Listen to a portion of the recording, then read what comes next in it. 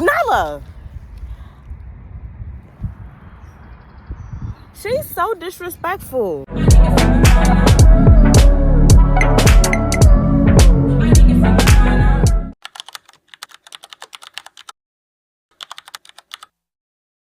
Good morning, y'all. I'm just out here walking. I decided to just come out in nature. I don't know, I don't know how I'm feeling today. I had an interview and I didn't really feel too good about the interview. And it kind of just had me feeling a little, I don't know how to describe this feeling. Like, I've been feeling this way, this emotion or emotions that I just really can't seem to pinpoint how I'm really truly feeling.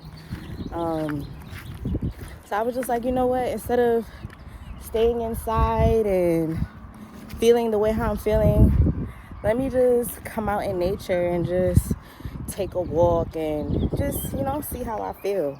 So I'm just sitting here. I probably should put my phone on the stand so I can actually journal, because I brought my journal. I actually brought two of my journals. I brought my one journal where I could just kind of write out my feelings, and then I walked with my Romanticizing live journal so that I can just get back on track with my Nala. She's so disrespectful. Like, how you just gonna pee and then kick up right in front of me?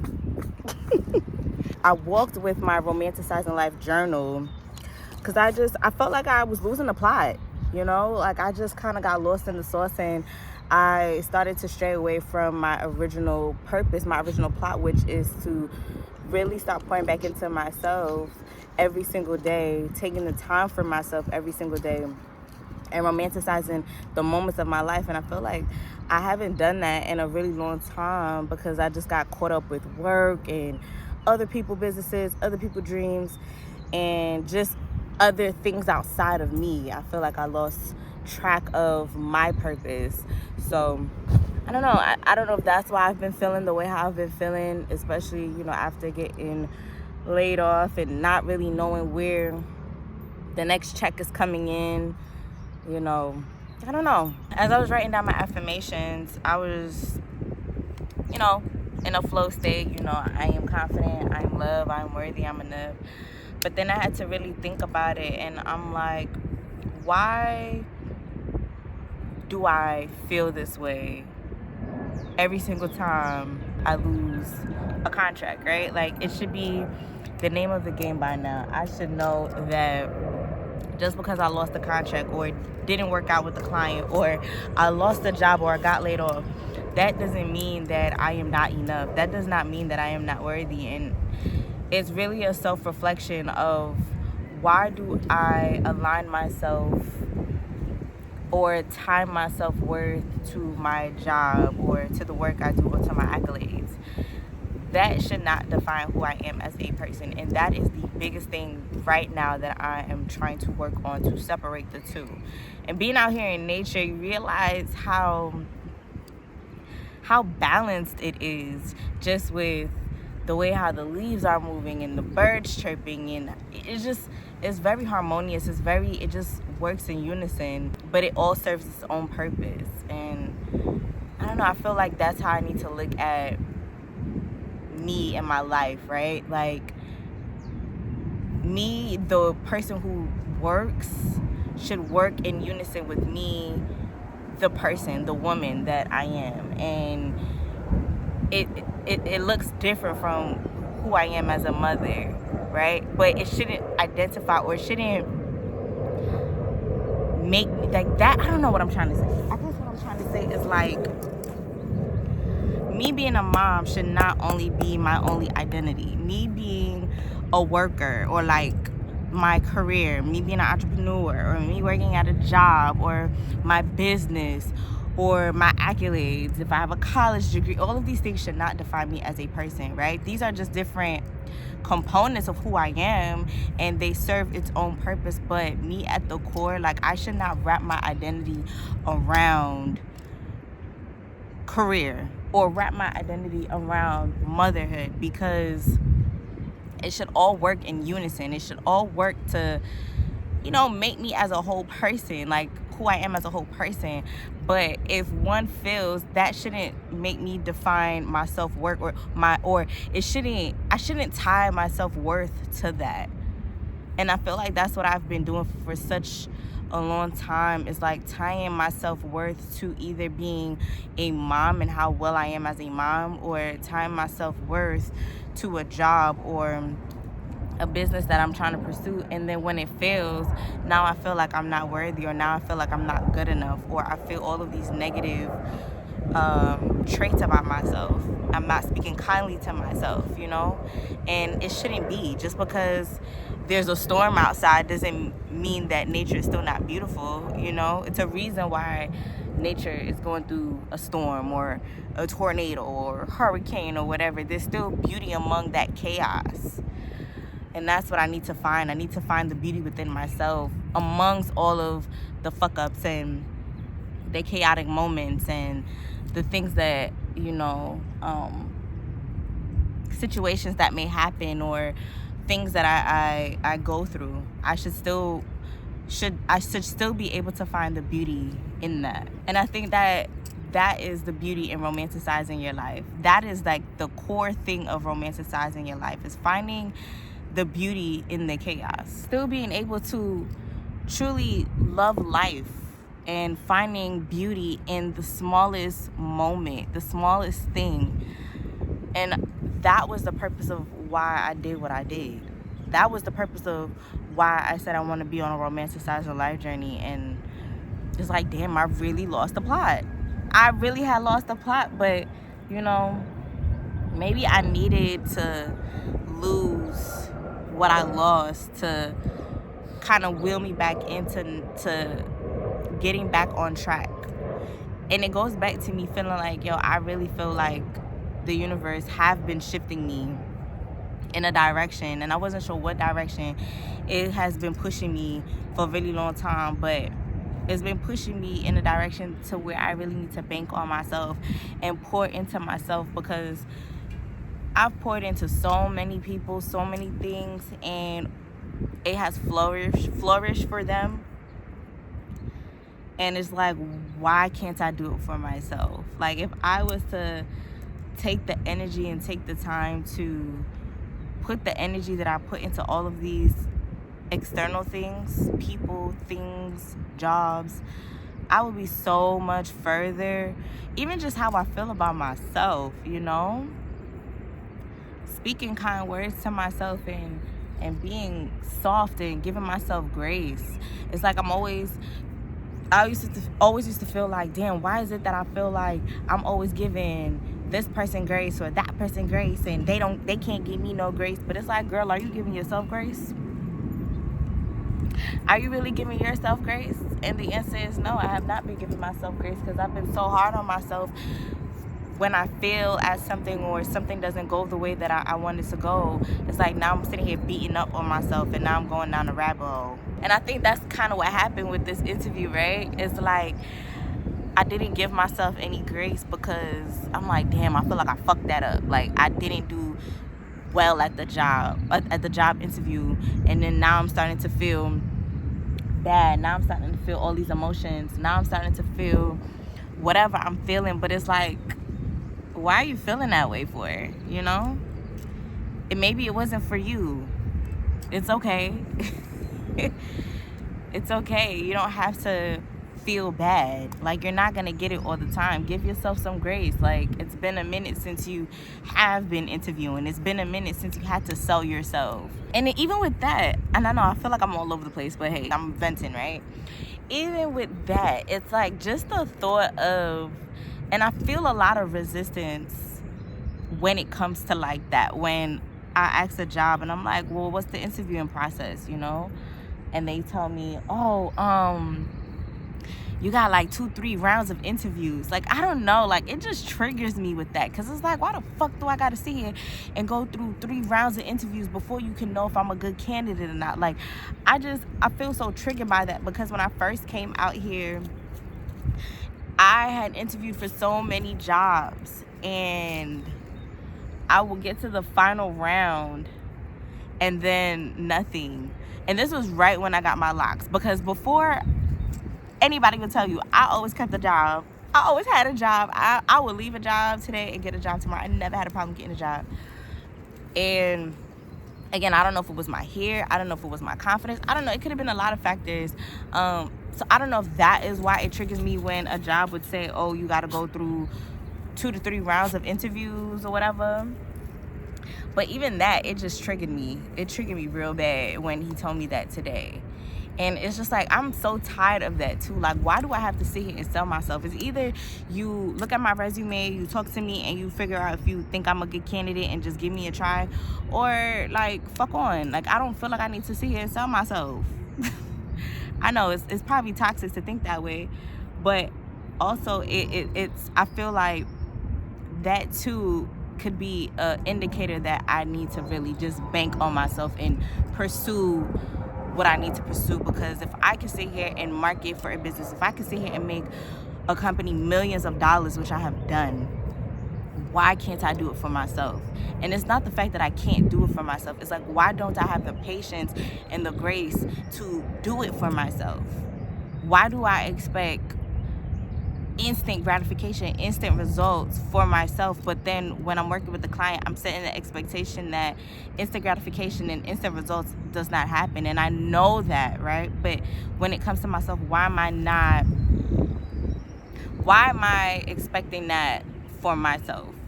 Why am I not setting realistic expectations for myself?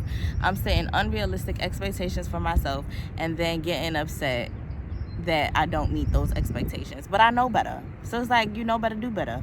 I just feel like this is such a reflection moment. Like, me just sitting out here is truly me reflecting on life and just the things that I need to reflect on. And I hope that me reflecting and documenting this can probably help somebody out here who is probably feeling the same way that I'm feeling, and me kind of talking it through with you together, like me talking and you watching this, kind of give you clarity on what you should be doing too. So I wanted to show you guys, this is the Romanticize Life Journal, and I created this back in October. I really created this for myself to stay on track with romanticizing my life. I updated it since then a little bit, and then I'm like, why not share it with everybody else, you know? Like, I feel like everybody else can truly benefit from this journal, and the whole purpose of it is to embrace your journey, you know, embrace loving on yourself, embrace pouring into yourself, and really trying to find that self-love, and it being a guide or a starting point on how to start loving yourself again. Because a lot of the times we want to start loving ourselves, or we say, man, we want to love ourselves. We don't really know where to start, but this is the start right here. This is how you start. You start by pouring into your senses and just kind of mapping out your next 90 days. Your next 90 days, mapping out a routine for yourself, mapping out a morning routine, mapping out a night routine where you can follow. You know, it's all about preparation. And I feel like, for me personally, I never really had a routine. I never had a morning routine. I never really had a night routine. I would just get up and go in the morning and just start my day. I never had a time to really just sit down and give myself the things that I need to go throughout the day. And the same thing at night. I feel like at night I would just go, and then now I take a shower, plop down in bed, and I'm scrolling, not taking the time to really reflect on my day, reflect on myself, and planning the things that I can change within myself, planning my future, scripting my life, you know. So I feel like by creating a routine for yourself and having something that you can always go back to and look at, can help you on your journey. You can read as many books as you want, but if you don't really have anywhere to really track it or to, you know, map it out, it's just kind of like you get lost in the sauce. So that was the reason why I put in this book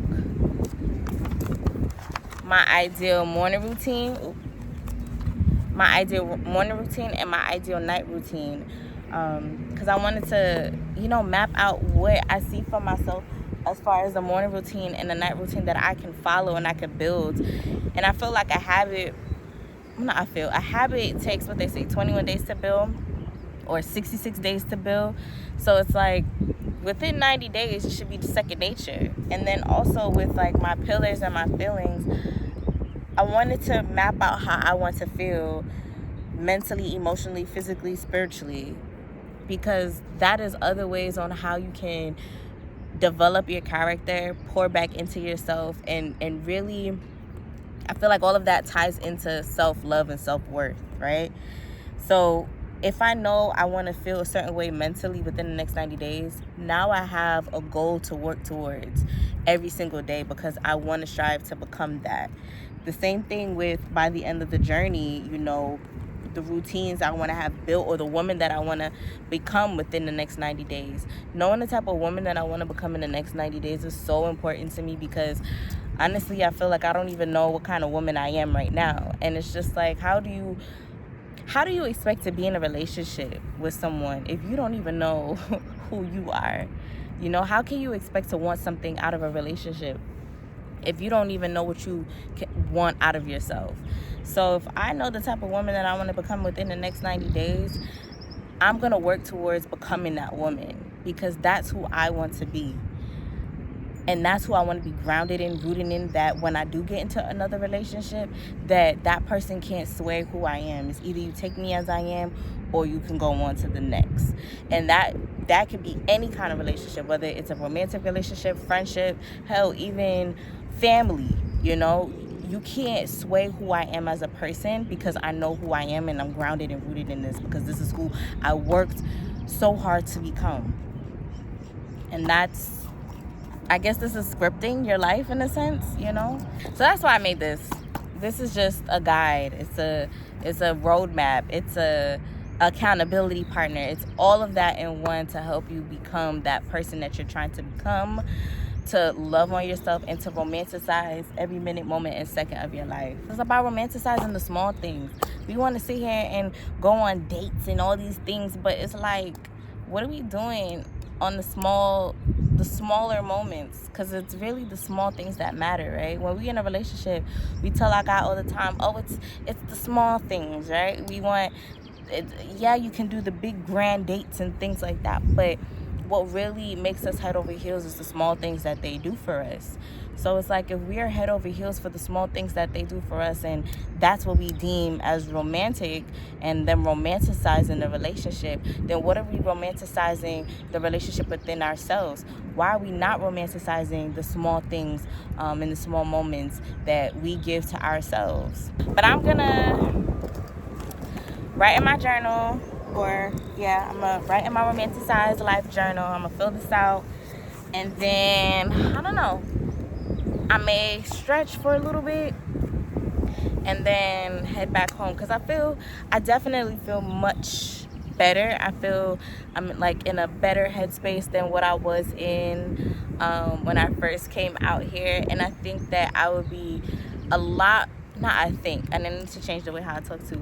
I know that I will be a lot more productive in what I have to do for the rest of the day, because I feel I set the tone for myself. I set the tone by coming back out here and just taking the time to really just breathe, feel my emotions, and identifying how I feel and talking it through with you guys. So yeah, I'm gonna go fill this out and I'll be back. Ready to go, Nelly? You ready to go? Say hi to the camera. Say hi. Say hi to the people. You ready to go? That's my dog niece, y'all. But everybody's saying it's my daughter. I didn't even stretch, but I think it's time for me to go. I've been here long enough.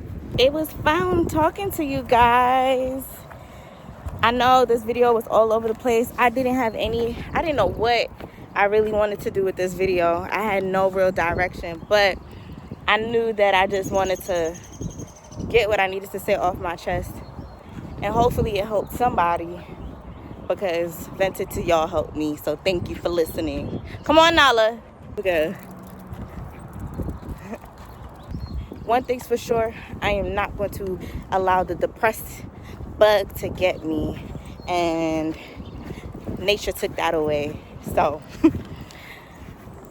until next time, y'all, I'll see y'all on the next video. Bye, guys.